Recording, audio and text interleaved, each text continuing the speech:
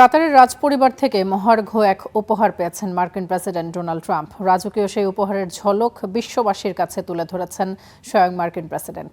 মার্কিন সর্বাধিনায়কের আকাশ বিহারের জন্য অত্যাধুনিক এবং বিশ্বের সবচেয়ে মূল্যবান বিমানটি উপটোকন হিসেবে পাঠিয়েছেন কাতারের রাজপরিবার। বিশাল বোয়িং 747 বিমানটিকে আপাতত নতুন কোনো সরকারি বিমান এয়ারফোর্স ওয়ান হিসেবে ব্যবহার করার সিদ্ধান্ত নিয়েছে ওয়াশিংটন।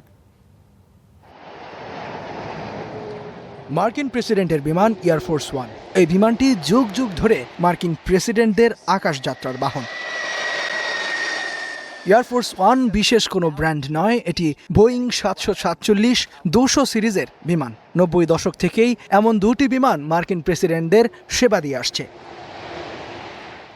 2025 সালে প্রেসিডেন্ট ট্রাম্পকে একটি বিলাসবহুল বোয়িং উপহার দেয় কাতারের রাজপরিবার। বিমানটি এবার এয়ারফোর্স ওয়ানের বহরে যুক্ত হলো। সম্প্রতি মেরিল্যান্ড অঙ্গরাজ্যে বিমানটি পরিদর্শন করলেন ট্রাম্প।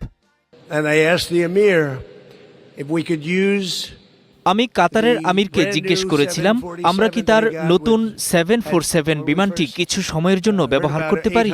যখন প্রথম শুনলাম বিমানটি মাত্র 800 ঘন্টা উড়েছে, একটি বিমানের জন্য 800 ঘন্টা মানে প্রায় একেবারেই নতুন।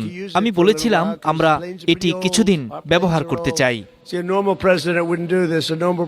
ট্রাম্প যখন ব্যবহার করতে চেয়েছেন তখন বিমানটি উপহারই দিয়ে দিলেন কাতারের আমির। পরে সাজসজ্জা ও নিরাপত্তা গ্যাজেটগুলো যুক্ত করে একটি ঠিকাদারি কোম্পানি।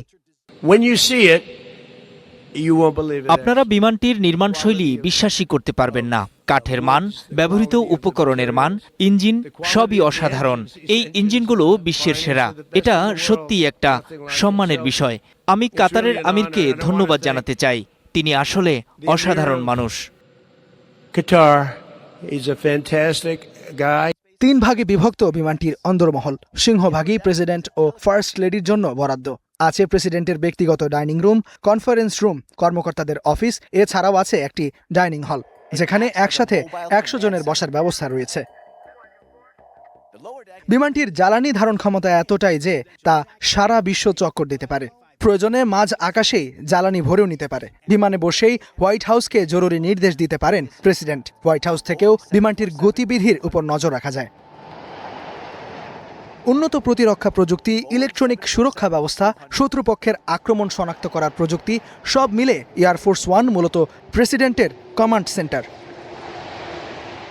তবে বিষয়টি নিয়ে বিতর্কও চলছে।